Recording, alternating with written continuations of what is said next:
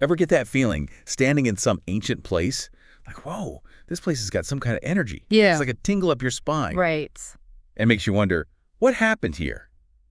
Well, today, we're diving deep into that feeling, that idea that some places hmm might be more than just old rocks and ruins. Yeah, we're talking about the possibility of stargates at ancient sites. This isn't just some fringe theory. This is based on actual reports, investigations. We're going deep on this one. Oh, I am so ready for this. Yes. Stargates, real-life portals to other dimensions, other worlds even. hmm I mean, where do we even begin? Well, a good place to start might be with the idea that our ancestors, maybe they weren't as primitive as we sometimes think. You've got these incredible structures all over the world, Yeah. megalithic stones, precision engineering that we can barely replicate today. It makes you wonder, what if they knew something we've forgotten?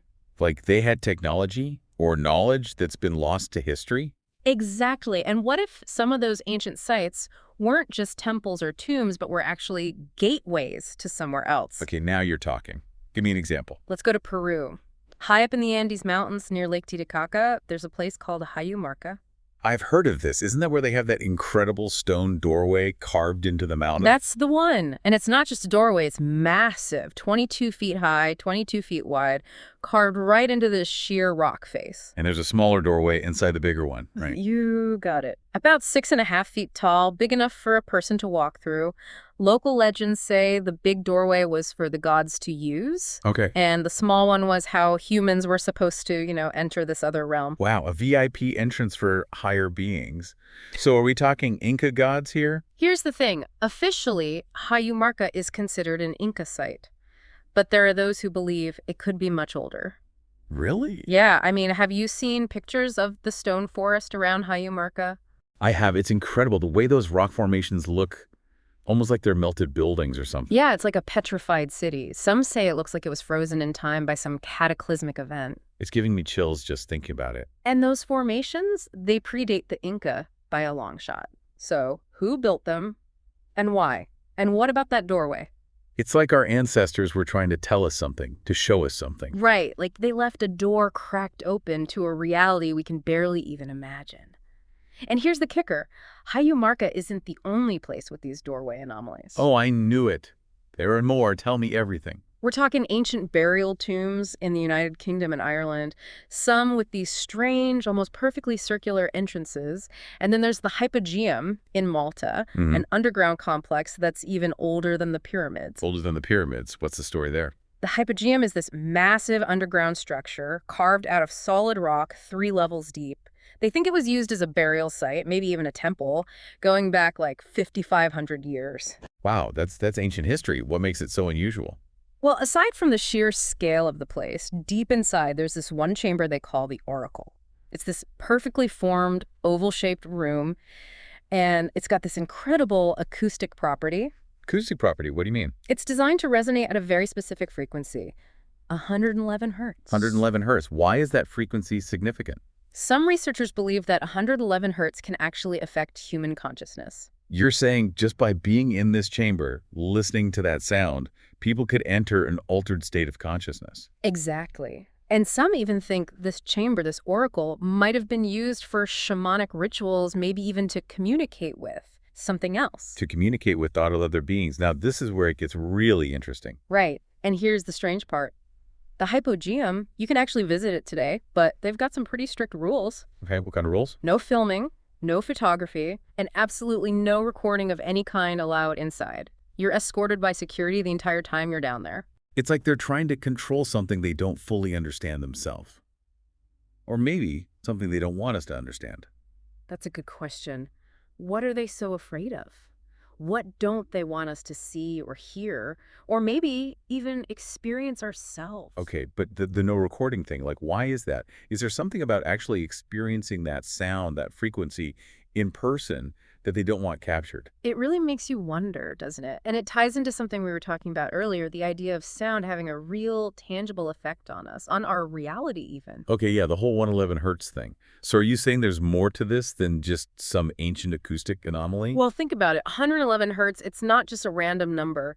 It falls within a range that can influence brainwave states, induce altered states of consciousness. Right, like binaural beats. Is it similar to that? I've heard of people using those for meditation, for lucid lucid dreaming even? Exactly. And some researchers believe that ancient cultures, they were hip to this stuff, maybe even more so than we are today. Like, they knew how to use sound to hack into the brain to achieve certain states of mind. That's one way to put it. And maybe not just states of mind, but maybe to connect with something else, something beyond our normal perception. Okay, now we're getting into some next level stuff. Do we have any, like, evidence to back this up? I mean, besides the existence of these chambers themselves. Well, that's where things get even more interesting. Mm. There's a researcher named Steve Mera. He calls himself a paranormal mechanic, which I kind of love. Paranormal mechanic, I like the sound of that. What's his deal? Mera, he's not just interested in whether paranormal phenomena are real. He's trying to understand the how and the why.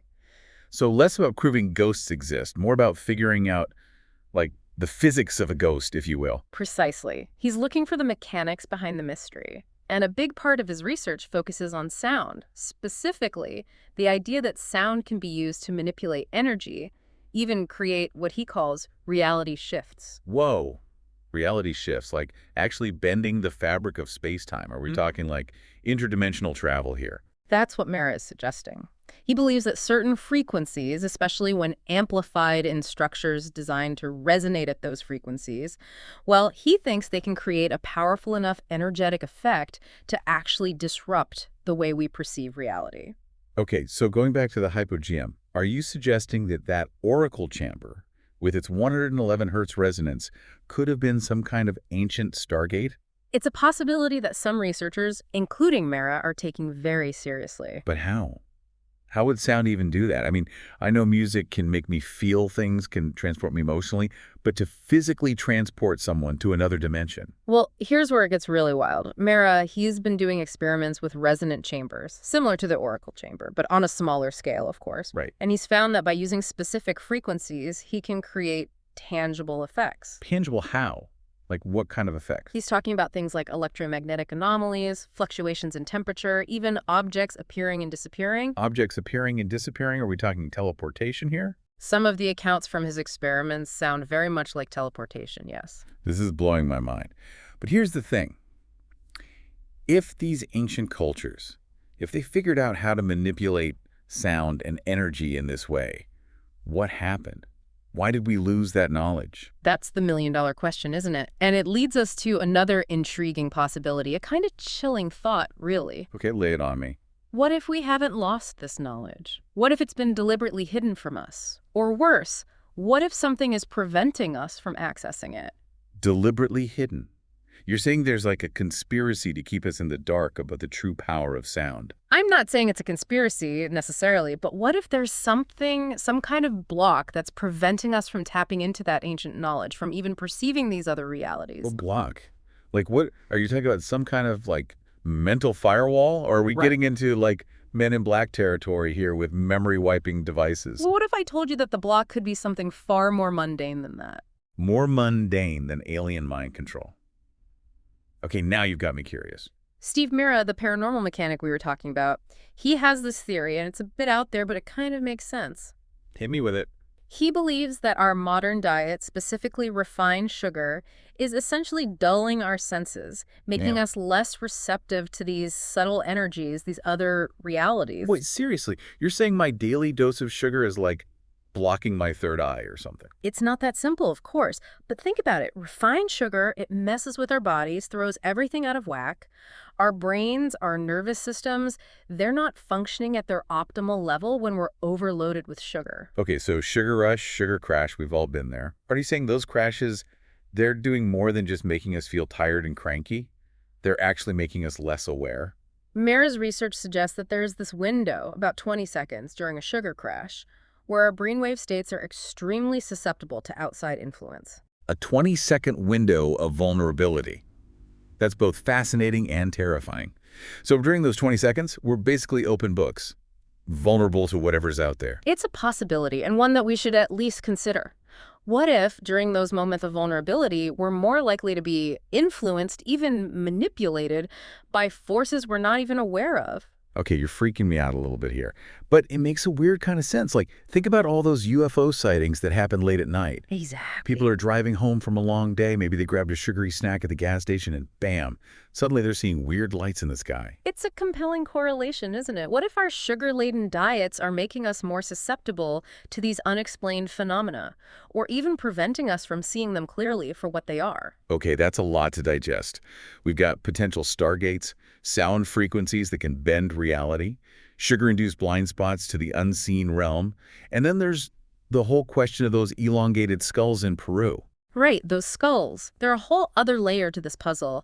Mera, he's convinced they're evidence of beings that aren't quite human as we know it. Like beings with advanced knowledge of sound and energy manipulation. Beings who might have been the architects of these ancient sites. It's a theory, and it's one that ties into this bigger idea that there's a hidden history to our planet, one that we're only just beginning to uncover. A history that involves advanced civilizations, contact with otherworldly beings, and technologies that seem like science fiction, but maybe, just maybe, are more science fact. And maybe if we can break through the noise, the distractions, even the sugar crashes of our modern lives, we can start to remember that hidden history, unlock those ancient secrets. It's like we're standing on the edge of something incredible, a whole new understanding of ourselves and the universe. But we need to open our minds and maybe cut back on the sugar a bit if we want to truly see what's out there. I would have been on top of the charts, but it's politics. You do some gimmick shit and post, you get a lot of clicks. Drop some real shit and they probably won't acknowledge it.